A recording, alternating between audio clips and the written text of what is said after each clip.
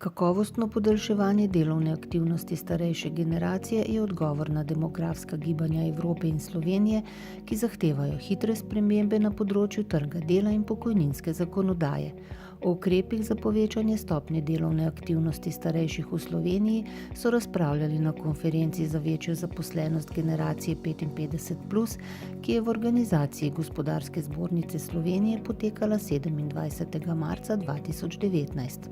Temu je namenjena tudi današnja konferenca, namenjena deljenju dobrih praks, kajti v zadnjih 2 letih je tudi s pomočjo države bilo kar nekaj sredstev investiranih podjetij za boljšo delovno okolje in to se na nek način kaže tudi v tem, da smo dvignili delovno aktivnost starejših od 55 let iz približno 42%, kolikor je bilo pred 2 letoma na sedanjih 49%.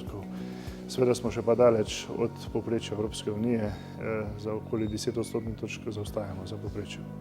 Udeleženci so opozorili na najpomembnejše elemente, ki omogočajo ohranjanje zaposlitev starejših in oblikovanje delovnih mest v skladu z njihovimi potrebami ter spregovorili o izzivih, ki jih gospodarstvu prinašajo tako starejši zaposleni kot tudi razvojno partnerstvo 3 generacij.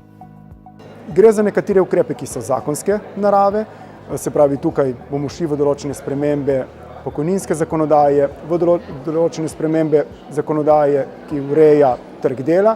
Seveda bo pa tudi zelo pomemben tisti del osveščanja, ozaveščanja, ko govorimo o varnosti na delovnem mestu, o zdravju na delovnem mestu, o prilagoditvi teh delovnih mest za starejše delavce in tudi nekako o kariernem načrtovanju, lahko rečemo tudi na ravni podjetij, da imajo določena delovna mesta, določene naloge, lahko rečemo rezervirane ali pa prilagojene za starejše delavce.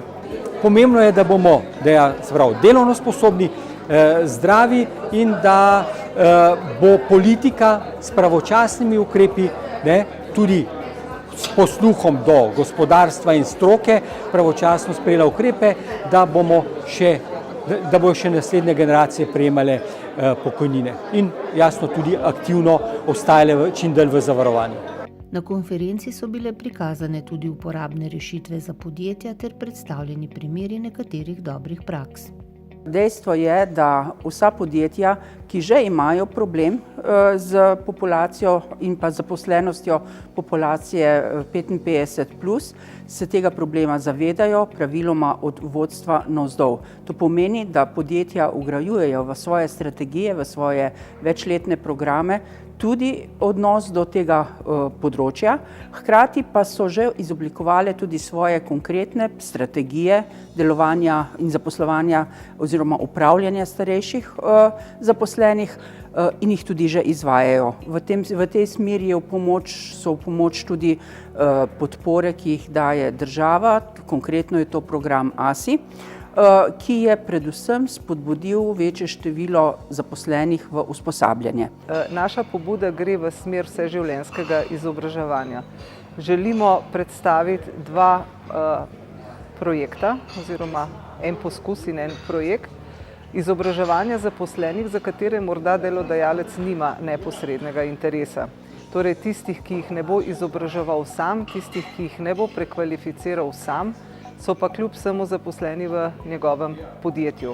Današnja konferenca kaže, kako zelo na dobro pot so usmerjeni cilji GZS-ja, se pravi v smeri višje zaposlenosti starejših zaposlenih, v smeri večjega izobraževanja starejših zaposlenih, predvsem pa to, kar vsi opažamo, nujo po boljšem, večjem spoštovanju starejših zaposlenih. Se pravi, dosegati večji delež starejših zaposlenih v Sloveniji je temelj, ki bo v bodoče krojil pravzaprav podobo, način življenja tudi tako v gospodarstvu kot v negospodarstvu. Želimo si pa vsi, da bi bili to kakovostni pogoji tako za življenje kot za delo.